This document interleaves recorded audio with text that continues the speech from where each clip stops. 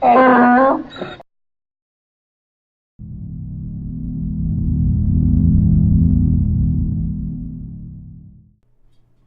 welcome back to another GACC podcast where we're going to be discussing games, anime, computers, and collectibles, but not necessarily all those in a week. I am still your host, Harrison, and to my left... Hi, I'm Faust. And to my right... James.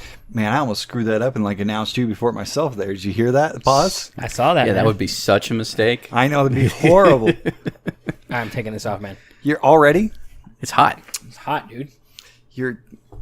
Wow. Okay. No fanfare at all. No. There you go.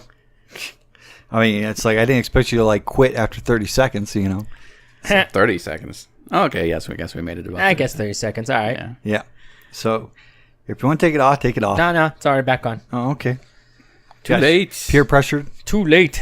You took too long. So, what do we got this week? I think James have gotten the subtle hints enough times of us going, we don't have any anime this week. We don't have any anime this week. Did you see the animes I posted? I know you posted the animes this week. They're all going to be ones that he hates because they're all friendship saves the day, essentially. I mean, you did, in all fairness, post something about a sequel to FLCL that Adult Swim is doing. That is true. Has me excited. I like the original FLCL. Mm-hmm. And that wasn't necessarily a friendship saves the day sort of thing. Okay, so that one's one, but there's like 10 animes on that list there, and also the fact that they have stuff in the works but no release dates yet, such as I heard they're working on season 2 of One Punch Man.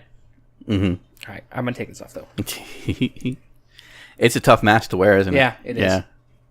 Here, we'll just whatever. Let's go back to Fully Cooley here real quick. Yeah, Fully Cooley, season Who 2. is actually the producer behind it this time? What I found, it says it's Adult Swim, but I don't know if that's true. So if it's Adult Swim, that means Gainax has nothing to do with it?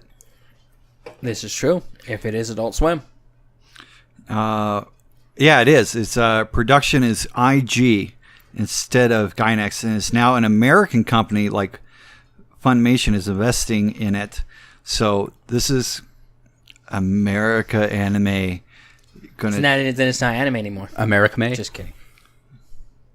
America Anime is really America Anime. It's just made America. So it's not anime. It's not that, because anime is a style. Okay, essentially. Anime nowadays is just an animation style. Yeah. So per se. You're saying that by saying you can't have Americans make anime. Do you think The Last Airbender is not an anime? I think that's not an anime. I mean, it has anime stylings. With that saying, we'd have to say that the new Cars movie. No, well, yeah, that too. But I was thinking of the Teen Titans. Teen Titans Go. Yeah, Teen Titans Go. We have to say that's an anime. It is. It kind of is.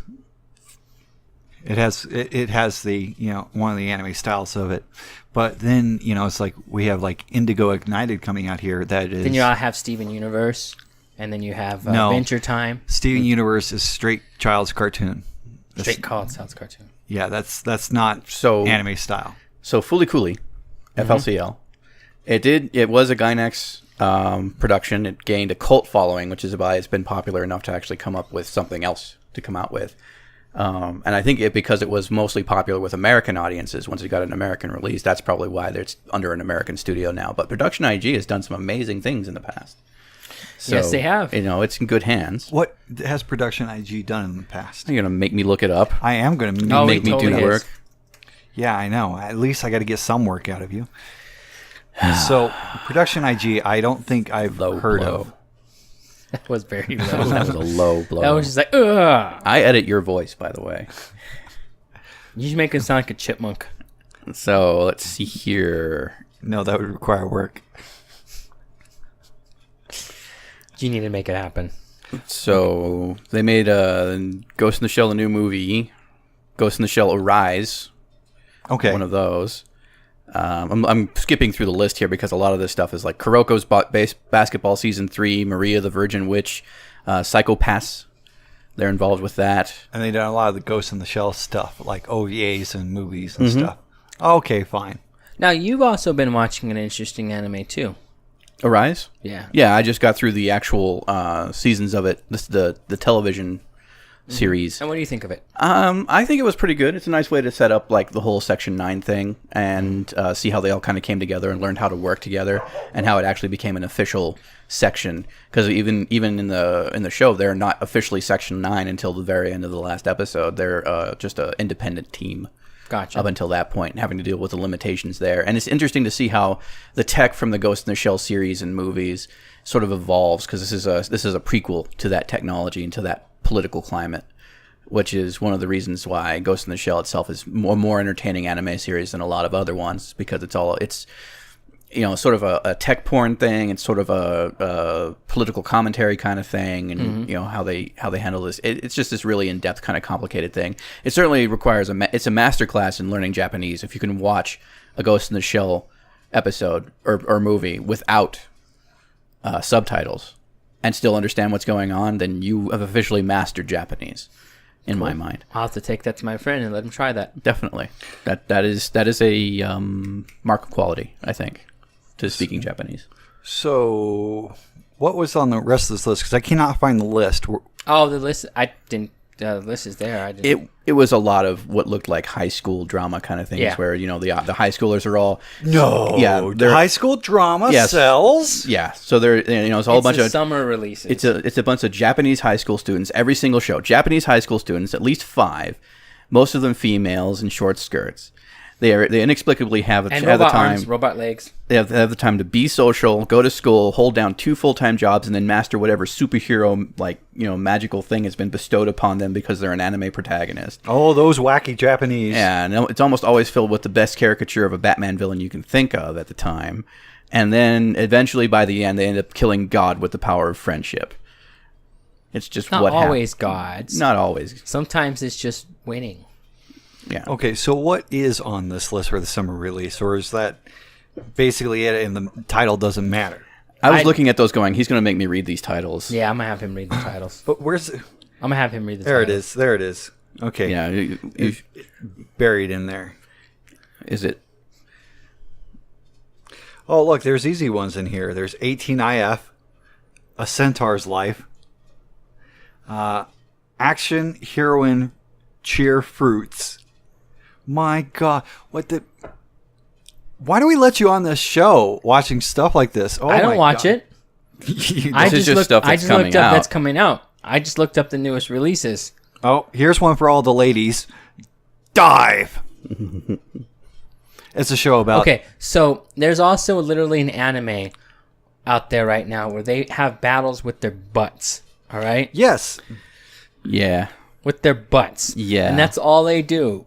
And they go into I've been this seeing arena, clips of that going around. Yeah, with their butts. Well, Dive's an interesting thing from a social perspective, because Dive is about a all-male high school swim team, which means do they fight with their butts? No, but that's not it's appeals. No, to but it's probably the about ladies. their butts. Yeah. Right. You know, there's gonna be a lot of butt shots. Butt shots. Butt shots.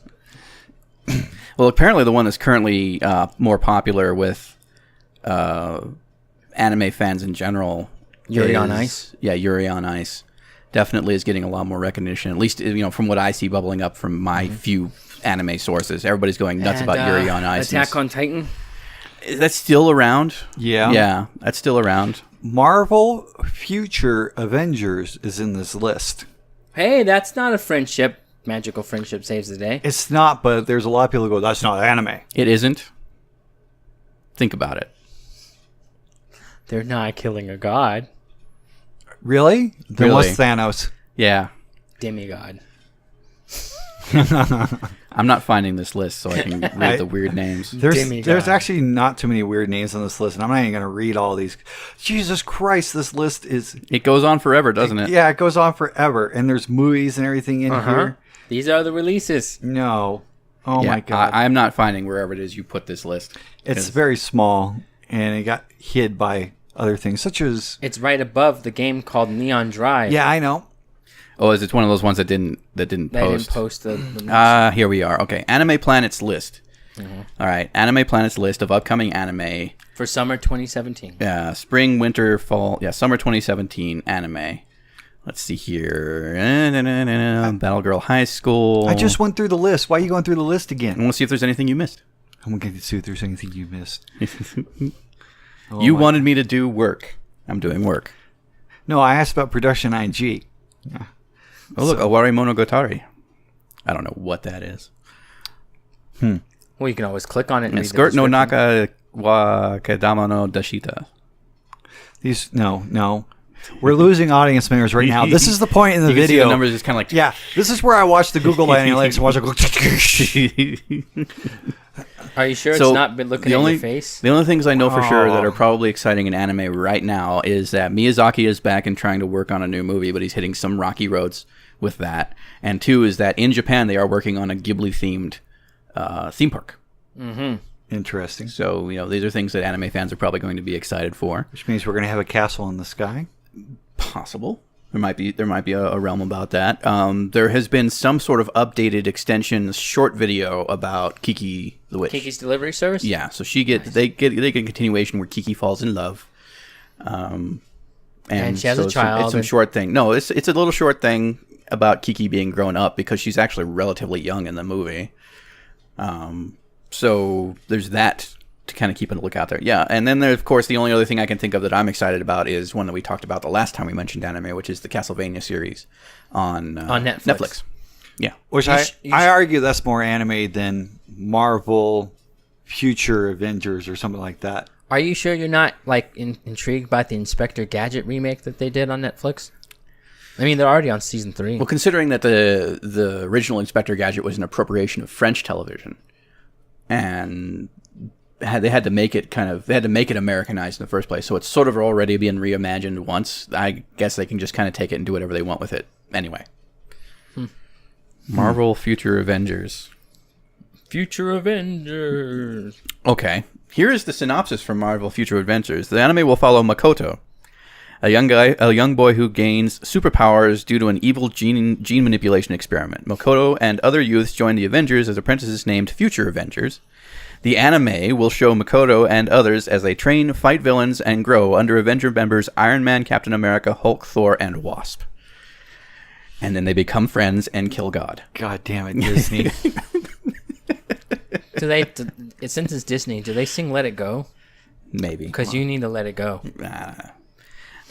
Once they let it go, I'll let it go. You need to let it go. Speaking of letting it go, Blizzard is seemingly remastering Warcraft 3 and Diablo 2. That's not letting it go, sir. Yeah. That's not letting it go. That's the opposite. Well, they're already doing that with StarCraft 2 also. Yeah, they are. They're doing it with StarCraft and StarCraft 2. They've made StarCraft available and capable of being played on modern systems. Yes, old StarCraft, while they've released it for free, they're making an HD remake. Now they're making a Diablo 2 remake and a Warcraft 3 remake. Yeah, there's going to be updated that means they're going to gameplay. do the Frozen Throne remake. That's cool. That's quite possible. They might be do Yes. something like I I think like it's that what it one. is trying to bring that story that they were kind of continuing in World of Warcraft. They want to make sure that new people are actually up to speed on what's actually going on or where these characters came from to begin with. Like Arthas. Like Arthas, like Sylvanas. She's in Warcraft 3. I still think they need to do the Lost Vikings, Warcraft 1 and 2 HD remakes, and Rock and Roll Racing. Yeah, I believe you can get the Lost Vikings for free from Blizzard's website. Speaking of which, I want to kind of go back to a story we covered ages ago, actually, where Blizzard said it was retiring the name Battle.net because now they're trying to push out the name Blizzard.net. Yeah. BlizzNet? BlizzNet or Blizzard.net. Battle.net, at least, it still shows up on my system. You can still use the site and everything like that. So the phase out is taking a long game as far as actually switching names or anything like that. But it is starting to show up out there. So that is happening. It's not like we really reported something. It was just really early on that they made the announcement. Yeah. And some of that stuff takes a while because you have to remember Blizzard's such a lumbering giant nowadays. But apparently you posted something the other day that Blizzard actually got to start in a weird tangential kind of way thanks to Mario Teaches Typing. Everything leads back to Mario Teaches Typing. Everything leads back to Mario Teaches Typing. Everything? Yeah. Yeah. But that's That's a story for a different time. But yeah, Mario Teaches Typing is officially the greatest. Me. Press the A. It's officially the greatest game ever made. When you consider the kind of systems it was written for and who it was written by, yes. Because it was written by along with a team, one of the founders of Interplay Games, who were the ones responsible for a slew of games that you already know about that everybody played back in the day, including Lost Vikings, which is one of Blizzard's first attempts, which actually put them on the map. Mm-hmm. So in a weird way, we have Mario Cheese's Typing to thank for World of Warcraft and Overwatch. Fallout. Well, yeah, Fallout. Yeah. That was an Interplay thing. Yep. Yeah. So it's amazing to think that all of that kind of came from this early edutainment title, which actually offended the creator of Mavis Beacon Typing, to think that somebody would create a better competitor to their simple educational program. Yeah. That was weird. I played a lot of Mario Teaches Typing as a kid. It was a lot more fun than Mavis Bacon Teaches Typing. It was a weird, wild kind of, Wild West sort of feel back in the day. Just put out whatever people would buy. Yeah. So, and that ended up spawning a lot of the companies that exist now, and a lot of companies that were eventually swallowed up by these companies. If you think about it, everything old is new again, because look at Steam Greenlight. How much is, let's just put everything out there and see what catches. Yeah. I still swear it is with any of these indie marketplaces. What happens is anybody who goes to a Full Sail University or a game design course or something like that, they all have final projects. And I think one part of that final project is submitting it for review to be sold. That's kind of what killed the Xbox Live Arcade, was that just became this cesspit of just people's final game design projects. Yeah. And Greenlight is sort of, and the indie games that are just getting put up on Steam just for the sake of it, are these kind of final projects, sort of, really crap games that is like, hey, make a buck or two. Prove that you can actually make money doing this kind of thing, which is great for, developer confidence and everything like that. But you have to understand that, there should be a way to kind of say, I don't want any of that. You should be able to market and be like, this is, there's early access, and then there's just vaporware or junkware. Junkware. Like yeah. Shovelware. Yeah, like Bad Rats. Oh. Which somehow managed to get a sequel. 2. Yeah, I know. Yeah. Bad Rats 2, huh? No, there's 2 sequels. There's 2. Oh. Yeah. Isn't one of them like a 3D shooter or something? Yeah. Yeah, because the original Bad Rats was this really horrible kind of puzzly sort of game. So the other news from Blizzard, and the more exciting news, is the Necromancer pack for Diablo 3 is coming out. Yes, it is. It should be out this week. Costs $6, right? They're saying that it will be on PC, Mac, PlayStation, and Xbox One for $12.99 pounds. So $15. $15 in the U.S. So I'll have to pay $15 to get a character. And you will need to have the Reaper of Souls expansion, so you can't just buy Diablo 3 in this pack. Got to have Reaper of Souls to have the Necromancer. Mm-hmm. So not only are you going to pay full price for Diablo 3, $4, or buy the collection, which actually includes the expansion. You're going to have to buy either the base and the expansion, or buy the pack that includes the expansion, and then this further item to play as the Necromancer in Diablo 3. No thanks. Oh, I'm already there, so I'm probably going to pick up the Necromancer thing, because that was my absolute favorite character to play. Yeah, I might have to do that too. The Necromancer is still a better character than the Witch Doctor. Oh yeah, definitely. Yeah. Like, they really did need a minion-focused class. I'm hoping this is a minion-focused class. I'm hoping they just didn't write that out because people proved that you can do minions all the way through Diablo 2. That was amazing. Like the skeletons? Yeah. Ah, that was awesome. Yeah, most people say, well, you can only do that up to Diablo. It's like, well, Diablo has an unfair advantage against minions. Like, he's got something like 300% damage increase towards minions, specifically. He can take them out and just, like, looking at them wrong. But after that, they actually still remain quite viable. It's just getting past Diablo. And that's really just beating a quick... The strategy, because you came here to hear this, is to, when you have your army built up, you beat a quick path to Diablo, kill as little as you can along the way, because you're going to go there, take on Diablo, whittle him down, and then bosses don't regenerate in Diablo 2. So you whittle him down, you go back and resummon your army because he takes them out, and you have to be kind of quick. The major thing is, for the Necromancer, the Clay Golem tends to draw aggro more than anything. So if you can put Clay Golem and have him kind of turned away from your skeletons, then you can sort of cheese it and make sure that they get plenty of hits in. And so you need to go back and resummon your army about 3 or 4 times. Okay. But you can do it. Huh. And then after that, it's just basically keeping your army buffed up and moving on from there. That is just somebody said, no, I'm going to prove you wrong. Challenge accepted. Yeah. It's just like when you had an entire clan of Blood Knights go take down. Yeah. You know, but I think that was more that was more the argument that the Blood Knights were just way overpowered as a class. And they took down Ragnaros when they released that new one too. Yeah, they went to like current content. Yeah, and said we were overpowered enough. We can do this, and it might have taken some attempts, but they proved it. It takes some attempts, but the thing is, it's also as a hero class. Of course, it's going to be a little bit more overpowered, but still fun. Well, with all this going on, also back into the tech news with Google AI. Google is starting to use as artificial intelligence and more humans to remove extremist videos from YouTube. Okay? Say what? Yep. So, you know how like YouTube's gotten in trouble for, God, it seems like almost since we started they keep getting in trouble for things. But, you know, the whole Wall Street Journal thing with the adpocalypse, and, you know, basically they were showing that ads were being put on videos that were, you know, extremism style content, and caused all the advertisers to come out and everything. Well, Google's now moving its artificial intelligence. They're teaching it and using more humans to help remove extreme content from YouTube. Okay. Okay. Do we have any kind of descriptors as to what kind of videos fall under the purview what's of extreme content? Like, so the general things for this is obviously like videos promoting terrorism and things like that. They've caught a lot of flack in Europe for this because it's been very that's been a thing that they've been sued about and everything, because the videos are still getting up. They're not catching them fast enough, and so they're being used to help promote for actual terrorism or stuff like that. So you have your extreme content that way. Then you have your extreme content with things that you are saying, you know, against religions or against ideologies and things like this.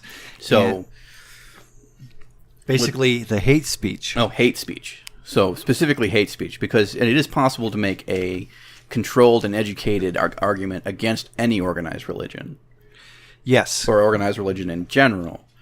And I worry that would be classified as hate speech just because people don't like hearing that said about their religion specifically. So this is the thing that's what has a lot of actual content creators up in the air. And we're actually going to go, because there's a whole blog and all attached to this too, where they had these 4 points.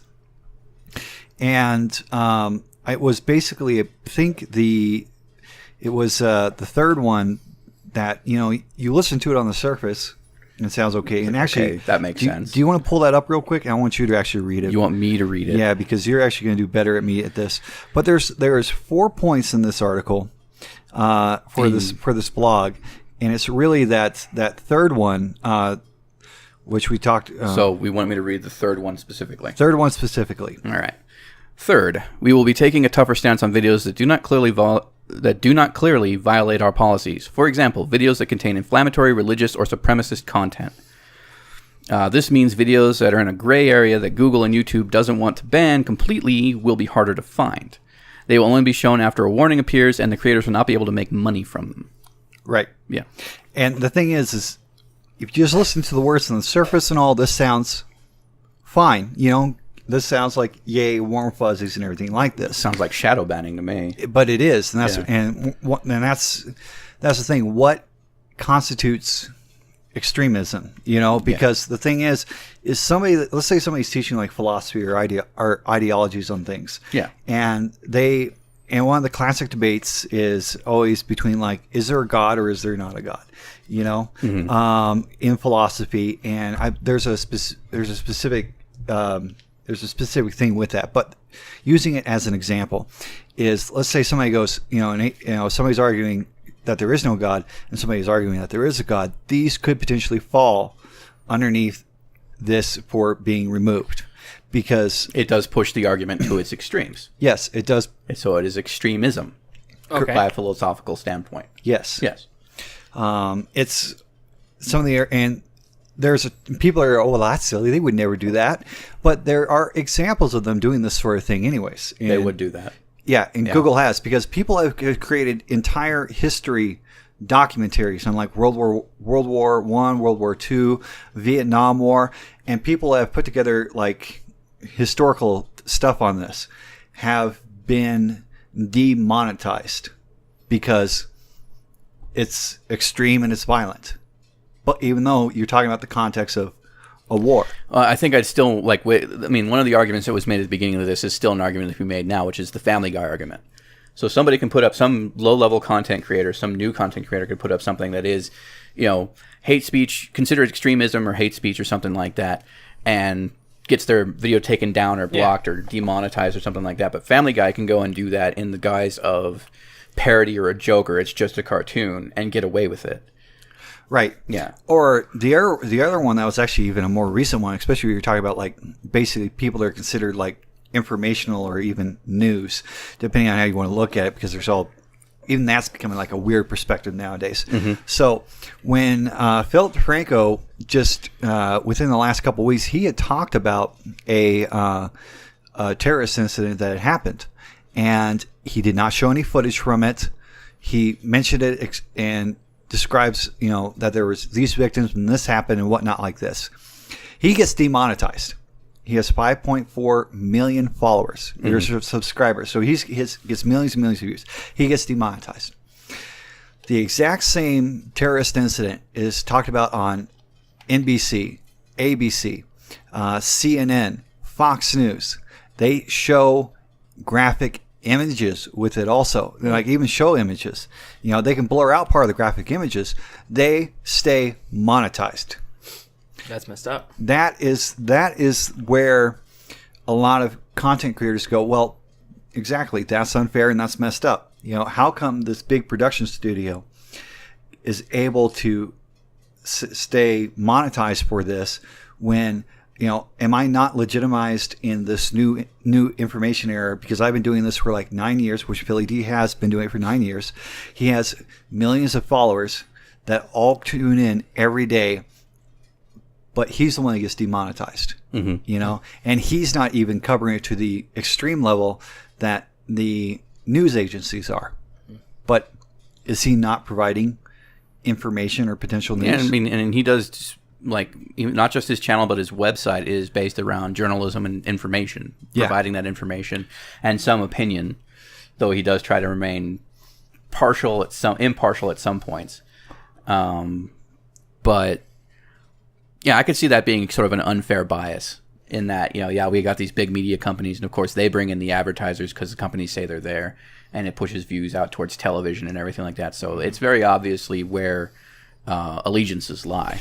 Yeah, and the thing is, it's like you look at things nowadays, even like, even the regular news channels, not like ABC, NBC, and CBS typically, but like the more of the cable news ones like CNN, MSNBC, Fox News, they have more or less talking head commentators that are being pushed as like, on the news network that people tune into, like Sean Hannity, Rachel Maddow, and Anderson Cooper, and maybe not Anderson Cooper, but there's these ones that are identified. Anderson Cooper has been on the line a few times. Yeah. He's stepped out of the corner and come out swinging for a few things that he felt strongly about. Yeah. So that makes sense. The thing is, whenever I turn on major news media, like on the television or, heaven forbid I see a report on the internet somewhere or something like that, it's almost always a head in a box. It's, multiple heads in multiple boxes, and they're all trying to shout each other down and nothing really gets said. But the thing is that's a traditional media source, and yet then technically you could really put Philip DeFranco up in the same box with all those, because essentially they're all doing the same thing. That's what he's doing, yeah. Yeah. Now, he just has time to record his shows ahead of time and edit them ahead of time. That's the only thing that really makes it different. Yeah, and he doesn't, well, some of the others do too, to be honest. Well, he doesn't have a whole team in a production studio behind him, actually working on the fly.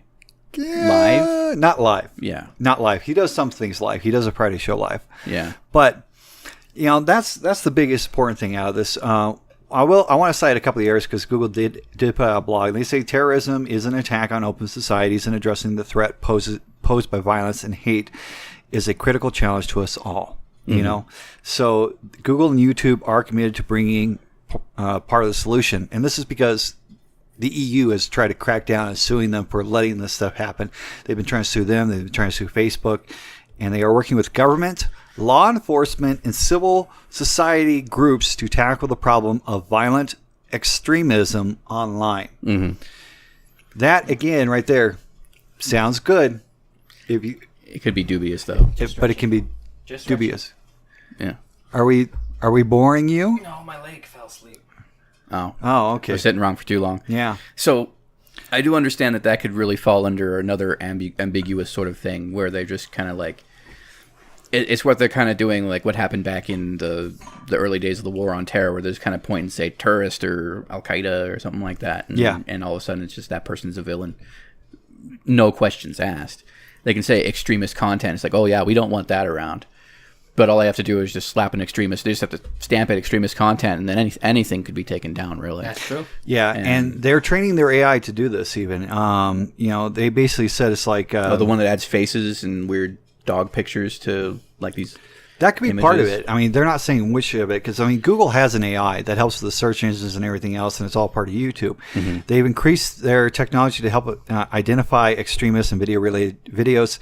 This can be challenging. A video of a terrorist attack may be informative news reported in a broadcast on the BBC, or glorification of violence is uploaded in a different context by a different user. They are using video analysis models to find and assess more than 50% of the terrorism-related content that they have removed in the past 6 months. This is good, but there's going to be some false positives in there too. And they are devoting more resources to applying more advanced, machine work to do this and content classifiers. So there's going to be a lot more false positives that are going to come out of this. Well, we'll see. And but the problem is also, like I said, is... The unfortunate part is the hard stance of this is really what this is confirming is these services are provided by companies, that they make clear claims as to what they provide the service for and what is intended to be used for. And if you really do read further into the fine print, it is about making sure that people view the advertisements and make them money. Like, that's what Facebook's about. That's what YouTube's about, has always been about. Is getting eyes getting eyes on the advertising. And if the advertisers start throwing a hissy fit because their advertisements are being used to promote content that they deem offensive, no matter what that content is, the advertisers are going to have a say. And it really comes down to the community kind of saying, well, hey, we're here too, we're trying to use this, and they're really kind of being treated as chaff. Yeah. And that's basically just realizing your position in this technical world is, look, you're generating this stuff that kind of just keeps the eyes moving around. You're part of the meat grinder. You're the works, the gears.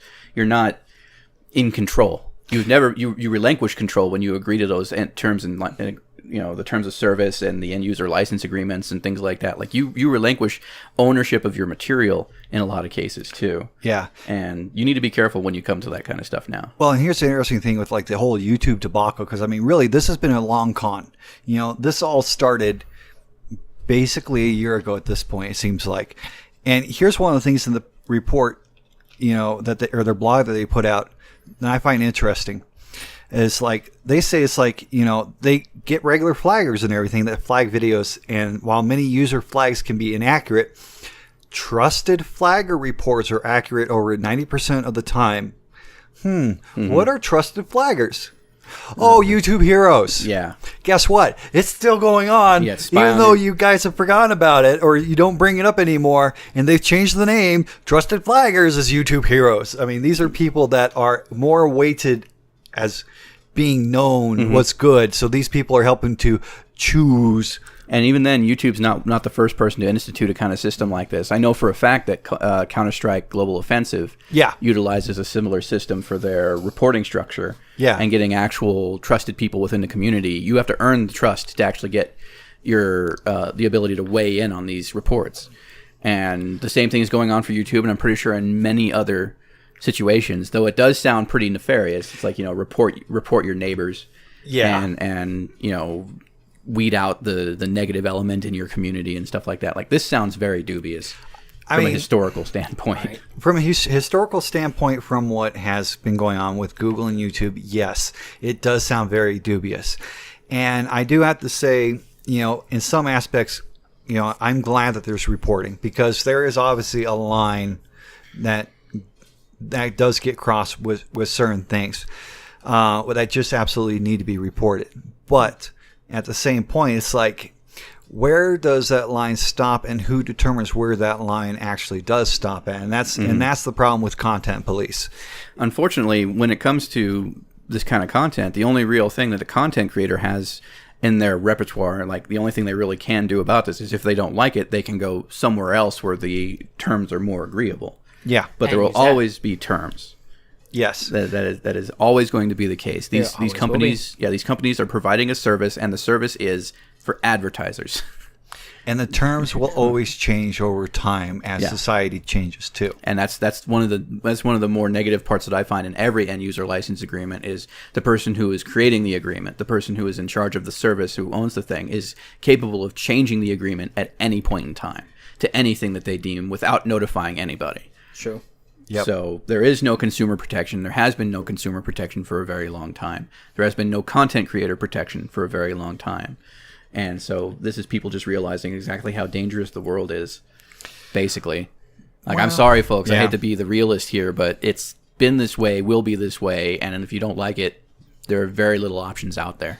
This is the Comcast argument all over again. Yeah, this is our... this is the weekly non-force positivity, show. You guys gonna play? Changing the subject from that. Yeah. You guys gonna play the Neon Drive? Neon Drive. This is a game that you posted about. Yep. What's this game about? Going back to classic 80s style games. A classic retro style game. Retro style too. What is this game about? It's about $9.99. What's it about, James? It's classic retro 80s style games. It's racing, airplane games, just a bunch of games. It's racing and airplane. What platform is it on? Steam.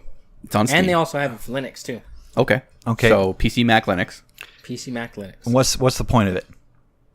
You ever played racing games in the 80s, man? Did you play RC Pro-Am for Nintendo? That's different. Did you play like any of the airplane games in the 80s? That's different, I think, than what Neon Drive is. No, it's not. It's basically it's their take on those games that we used to play. Okay. You know when Grand Theft Auto had the top view and you had the... I didn't see any top view there, but okay. The original. I just watched the trailer silently. No, there's one where it has the top view. And I think I saw one top view thing. There's one top view thing. So it is basically, in my view, this is my perception of it. It is a falling down a hallway kind of game, which was, you're like your pole positions, like you mentioned, I believe, cruising USA, that kind of thing. Yeah. Where the track is very obviously in front of you, it swerves in different directions, but ultimately you have lane control and very little else that you can do about it. There are some dodge the obstacle sort of thing. It appears that planes are at least involved in something, but it is basically this hallway that you're falling down and have to avoid obstacles and other such guff. It looks like a stylized, simple game that you can do while your Final Fantasy XIV servers are being DOS attacked. How was your week with that, sir? Shut up. Did you get hit by that? Yeah. Yeah. I couldn't access the servers. The launch the day like the expansion launched. Maybe that's why you've been out of your room more this week. Yeah, that's true. Yeah. So for everybody that doesn't know, Final Fantasy's is the best game ever. Final Fantasy XIV. It's the best game ever.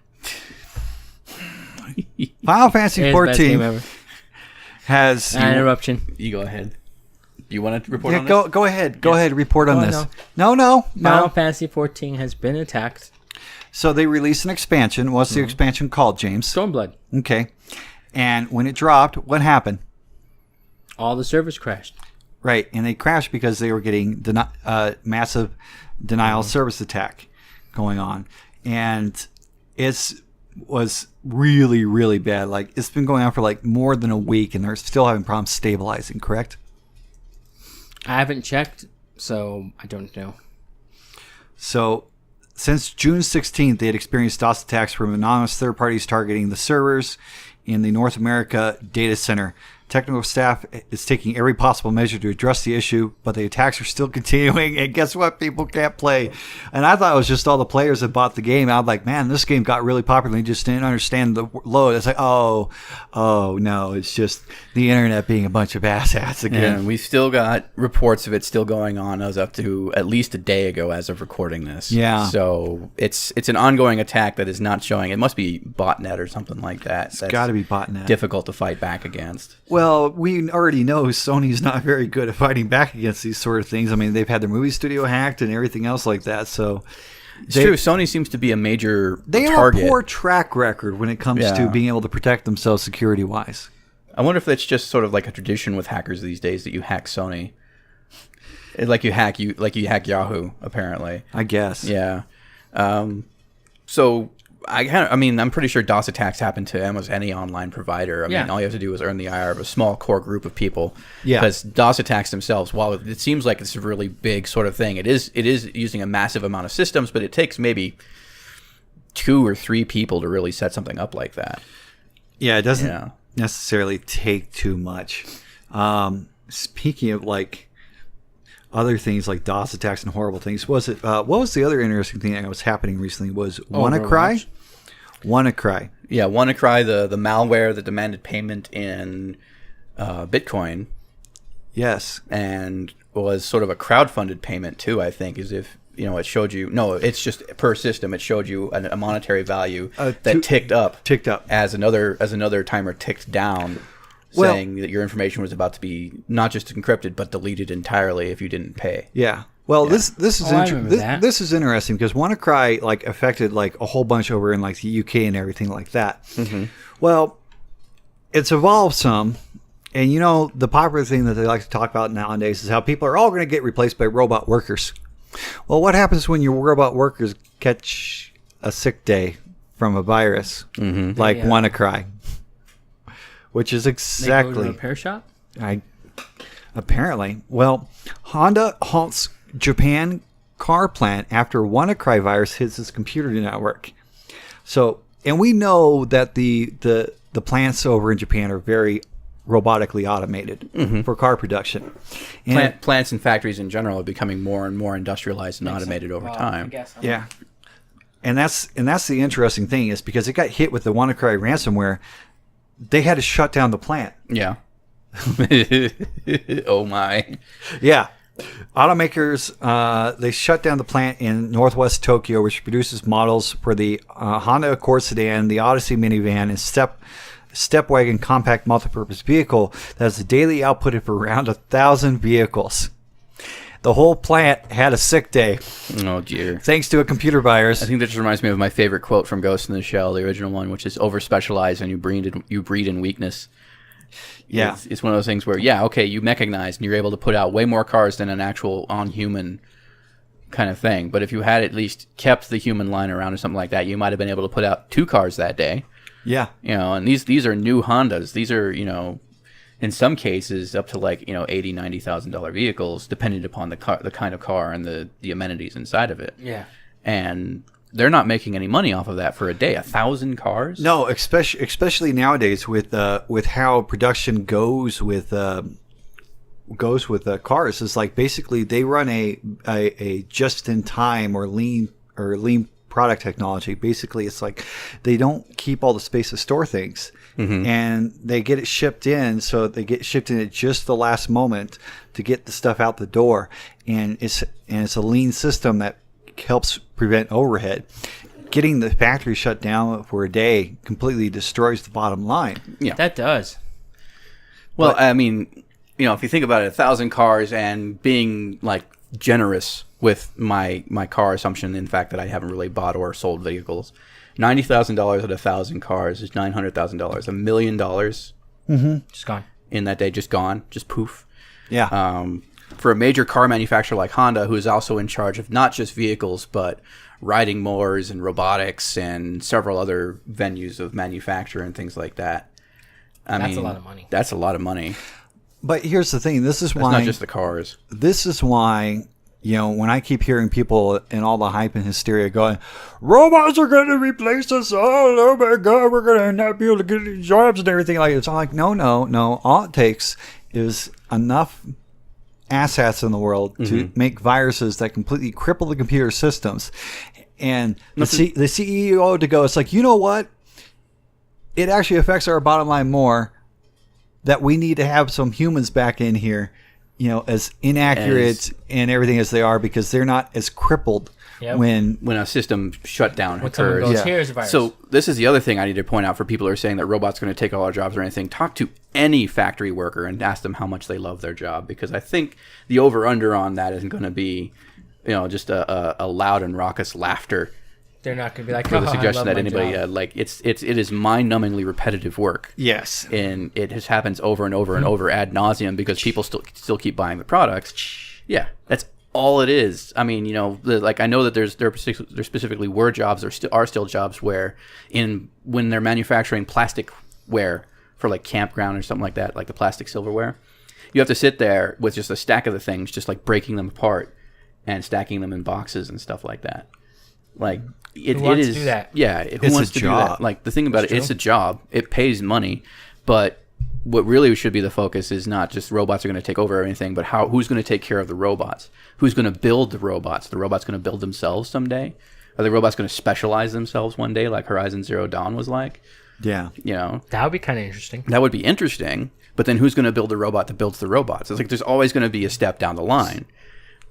There's always going to be some way to find a niche to say that there's a human element involved in all of this. Now, it may mean that less humans can be employed. That I'm not arguing with. It's a matter of efficiency. Employ less humans, pay less money. True. That's a business thing. If they could figure out, I mean, we already have service industry level jobs where people are obviously doing the work of 3 people, especially in this local area. And it shows. It means a reduction in service, but it means that people kind of get used to service being that way, as opposed to how it used to be. And so they can make people do the job of 2 or 3 people at once, and pay them minimum wage or worse, and get away with it because nobody complains and nobody says that this is a problem. No, robots are taking our jobs. You're right. Yep, robots. Well, in news also with cars and people. We're going to have Rocket League is going to be debuting in eSports on NBC. Think about this. Not very surprised, actually. Like, I'm pretty sure the major sports networks are trying to find a way to make eSports an available thing. And now that we're getting to the point where sports networks are showing things like girls softball little league, like the World Series of that or something like that. Like, I understand they want it to be televised, and it's a really great thing for the teams and everything like that, but I mean, come on. I mean, as opposed to the multi-million-dollar industry that is professional sports, like they're trying to find a way to break into esports because now it's actually starting to show a chance. Yeah. So it's starting to show money coming in. You're welcome. Yeah, basically. I remember playing esports, before it was called esports. Oh, you played it before it was cool? Yeah, I was thinking that too.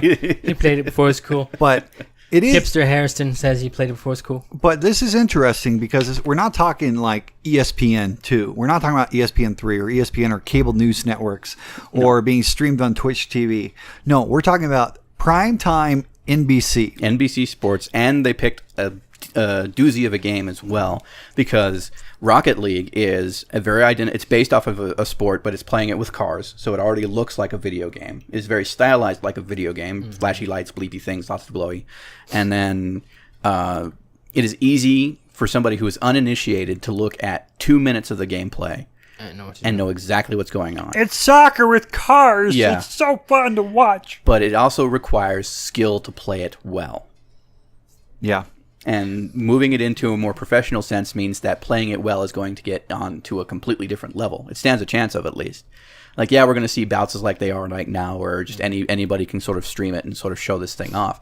But when it gets up to like the professional levels and things like that, the reaction times, the tricks that everybody's going to need to learn, the trick shots that you've seen becoming sort of standard, and the new trick shots coming out, like, it could become a very exciting thing to watch. I don't know, because I find Rocket League extremely boring. There are a lot of people that, I mean, this is, if one was going to make like the crossover, it's Rocket League, because it's essentially soccer. Yeah. And NBC knew what they were doing because they also own Telemundo.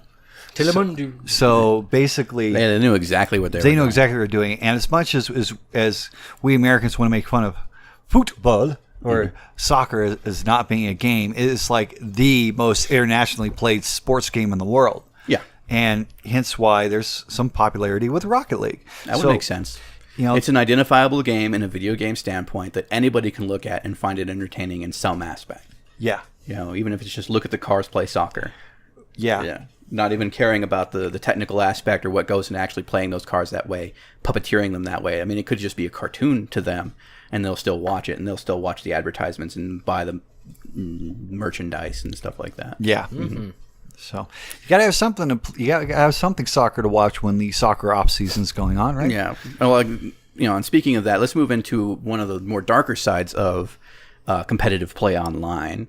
Overwatch is under fire because apparently their abuse report system is trash. Yeah. It's obviously, very obviously trash, and people are getting complaints.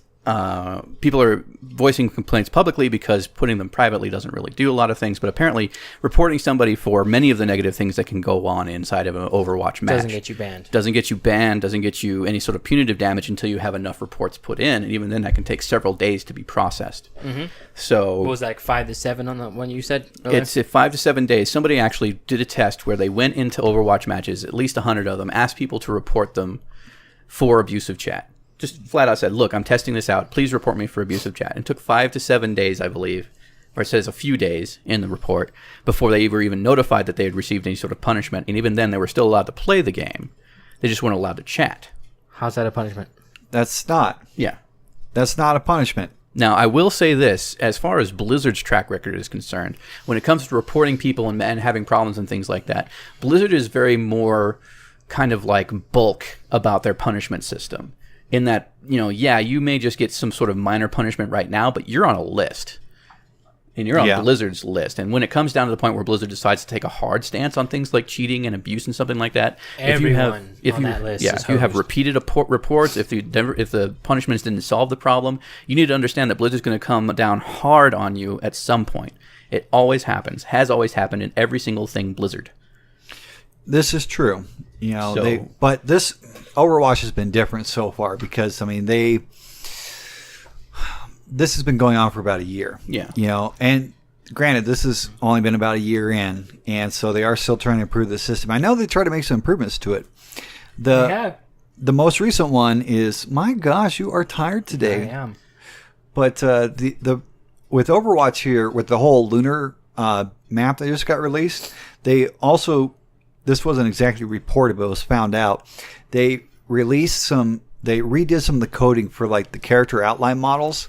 So now the character outline models will shift, and as a human, we don't see it. Mm-hmm. But the bot program sees it. Aimbot sees them. Yeah. So they have basically hosed all the aimbot programs at the moment so they can't be used in competitive play. How nice. Yes. At the moment. Making it harder to cheat until somebody figures out a new, build a better mousetrap, and the world makes a better mouse. Which it's just what happens. Yeah, it's been what's been happening forever anyways. Yeah. And then another great big piece of incendiary news as far as things up. The upcoming game Destiny 2 is apparently, the developers announced that gun recoil will not work the same on PC as it does on consoles. Weird. Yeah. Now this is no different really, because So why would they do that? Aimbotting or something like that. Though usually it is that the guns on PC have more or a different sort of recoil, not no recoil whatsoever. Okay. Just different setup. Yeah, the idea behind it is that on PC gaming with a keyboard and mouse, aiming is more precise. And it also, the input is way faster than in a controller would be concerned. So a lot of games that utilize controllers have an aimbot structure or something like that. Their argument is that it's a matter of game feel, in that when you pull a trigger on a controller or something like that, and something happens within the game itself, like you fire a weapon, that the recoil needs to be there to make it feel like you're having some effect on the game. Whereas you don't get necessarily the same feel utilizing a keyboard and a mouse, because you're not pulling a trigger, you're clicking a button. And it really is a matter more about being precise with your aim than it is about feeling like your controller is doing the work for you, which is what most people want. So that's their argument right there. Okay. A lot of people have kind of counteracted, saying that if they ever do any kind of cross-network play, which is not likely, really. Yeah, no, they didn't do it in the first one, did they? Yeah, they didn't do it. Yeah. So if there was cross-network play at any point in the future, that they would have to adjust this to be similar all the way across the board, or even harder for mouse players, because it's pretty notorious. People playing with controller are just hobbled compared to people playing with mouse and keyboard. So cross-network play, if it's like PlayStation to Xbox console, I'm fine with. Mm-hmm. Anybody that wants cross-network play between the PC and the Xbox for anything that's slightly competitive is a flaming idiot and does not know what they're talking about. Because You just want an easy pool of kills. yeah, Like that's all that's really going to be. I mean, I've done this before, and the problem is there's entire generations now that have not understood what cross-platform play was and what it did. I mean, was it Need for Speed Underground by EA had cross-platform play on the PS2 and the PC, and the problem here was typically the PC side was able to cheat. Yes. Okay, That is definitely always going to be a problem on the PC. They can use different types of mods and.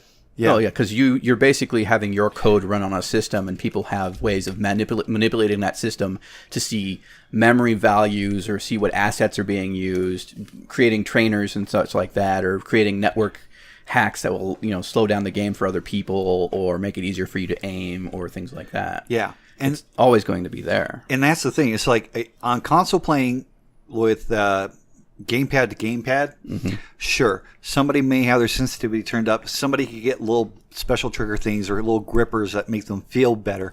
But it's still a relatively even playing field. We saw the thing now that the whole, like, there are supposed to be these special trigger devices Yeah. for controllers. There was it really started out with this one that was really blown out of proportion, where you didn't have to move your thumbs off of the analog stick or the main buttons at all, and you can still control like triggers and things like that for people with less than capable hands.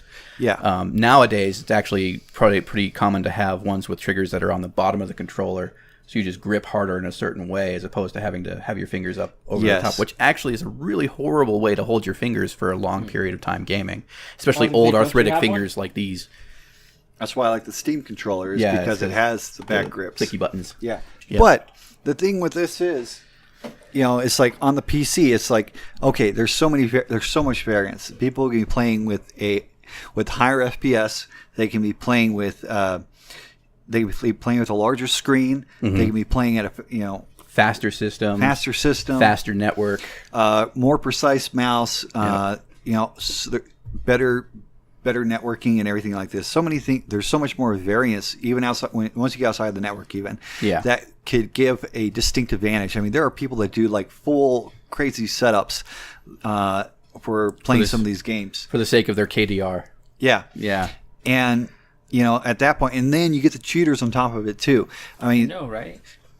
it's at least. You're always going to get cheaters, though. I mean, it's like this. Well, there are certain ways that you can kind of beat the cheat, in a sense. What I see it as is basically you take your flag football players, being your console people, okay, and you take those flag football players and stick them up against the NFL.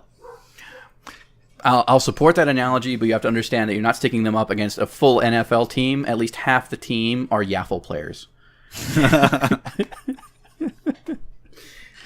Okay. Yes. And then you have the one in the back eating the Yeah. crayons. Yeah, you have to accept the fact that some of them are not going to be like the big pro gamers.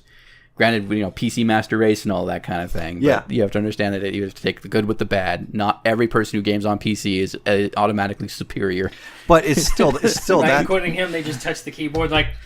It's that level of difference though between being on the console and on the PC. It's like, no, you don't want those camps to cross for a lot of games. I will support the statement that the console is a more even playing field, but with that is a more simplified playing field. Right. In that, everybody has the same sort of influence on the game itself. It's the console's like playing checkers, and getting on the PC is like trying to play 3D chess. Okay, that's a good one too. Yeah. I'll go with that. At least you're good and coming up with some good ones. Yeah. Yep. So I'm tapped out. Do you have anything else? I got nothing. You got nothing? What we need to announce here Yes, we do. is we are coming up on our 1-year podcast. Yay. So bringing you kind of like party thing. July We should do the imaginary one. Yeah. July 15th, that weekend, Saturday. Pull up the calendar. Help me out. Make sure I got the right date. July 15th. July 15th, we are going to be podcasting live at the Lizard Tail Lounge. Now, it's not live to the internet. This is live to the people of Albuquerque, New Mexico.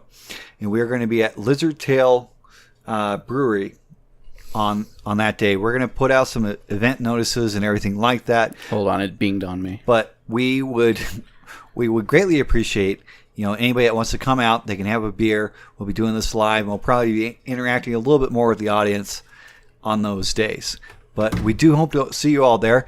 If you're not, or if you know somebody that wants to go, do make sure to check out our podcast on iTunes and in Google Play's podcast store. You can find us online on Twitter, Facebook, Google, YouTube, everything, VidMe.